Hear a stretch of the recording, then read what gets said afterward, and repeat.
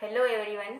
आज जो हम बात कर रहे हैं वो बात कर रहे हैं हम सेकंड ग्रेड की तैयारी के अंदर महत्वपूर्ण विषय वस्तु के बारे में। जैसे हमारे पास किताबें हैं, एनसीईआरटी की है, आरबीएसई की है, वो तो हमारे पास है ही है। उसके अलावा जो महत्वपूर्ण एक विषय वस्तु बनती है वो है हमारे पास मानचित्र, मैप, वॉल चार्ट, जो भी आप बोलो वही सही है।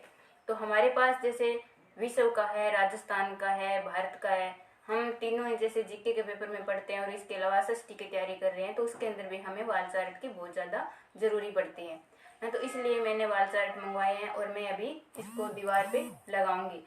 तो उससे पहले जैसे मैंने मंगवाया तो मेरे दिमाग में ये बात है कि ये बात मुझे आपके साथ शेयर करनी चाहिए, क्योंकि आप भी सेकंड ग्रेड की तैयारी कर रहे हैं और मैं भी सेकंड ग्रेड की तैयारी कर रही हूँ। तो इसलिए वॉल चार्ट के बारे में जो भी महत्वपूर्ण मुझे जो लगा वो आपके साथ शेयर करना मैंने उचित समझा। तो इसलिए मैं आपको थोड़ा सा दिखा देती हूँ। ये मेरे पास विश्व का वॉल चार्ट है। तो जैसे विश्व के बारे में पढ़ते हैं, कोई झील वगैरह के बारे में पढ़ा, नदियों के बारे में पढ़ा, तो हम वॉल चार्ट से आराम से देख सकते हैं। क्योंकि जो चीज़ हमारी आंखों के सामने रहती है, हम बुक वगैरह में पढ़ते हैं तो वहाँ पे ऐसे छोटे छोटे मानचित्र हमारे पास उपलब्ध नहीं होते। तो वॉल चार्ट होगा हमारे जैसे दीवार के पास लगा हुआ होगा। तो जैसे ही हमारी नज़र उसके ऊपर पड़ेगी तो पता ही नहीं चलता, आते जाते ये चीज़ें हमारी स्मृति में आ जाते हैं। जैसे भी हमने जैसे कोई झील वगैरह के बारे में, सुपीरियर, मिशिगन और बेकाल झील वगैरह के बारे में पढ़ते हैं तो वो हमारे जल्दी से स्मृति में आ जाती है। जब भी हम पेपर हॉल में बैठते हैं तो ये बातें हमें याद रहती है।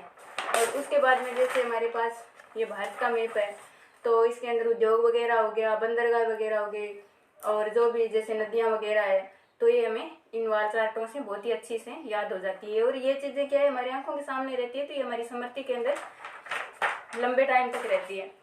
उसके बाद में जैसे हमारा राजस्थान का मैप हो गया, जैसे हम आरपीएससी की तैयारी कर रहे हैं तो हमारे पेपर के अंदर राजस्थान से संबंधित क्वेश्चन भी स्वाभाविक है ज़्यादा आने हैं ना। तो इसलिए राजस्थान का मैप है, इसके अंदर राजस्थान के मैप से तो ज़्यादा पूछते हैं।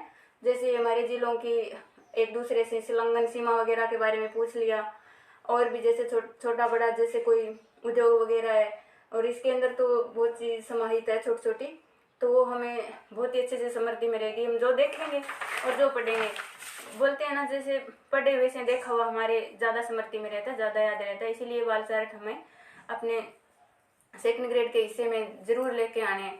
जो भी सीरियस तैयारी कर रहे हैं तो आप वॉल चार्ट ज़रूर लेके आओ। मानचित्र में अपने पास की शॉप से मिल जाएंगे। जैसे कोई मानचित्र, जैसे राजनीतिक मानचित्र है तो राजनीतिक में जैसे सीमा वगैरह का और इन चीज़ों का ज़्यादा ऐसे पता चलता है। और भौगोलिक मैप है तो भौगोलिक मैप के अंदर जो नदियाँ हैं, पहाड़ है, पर्वत है, इनके बारे में ज़्यादा हमें पता चलेगा। तो इसलिए दोनों चीज़ें हमें हमारी सेकंड ग्रेड की पढ़ाई के अंदर इंक्लूड करनी है।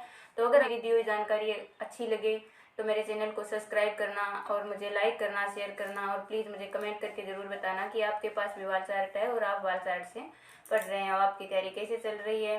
तो धन्यवाद।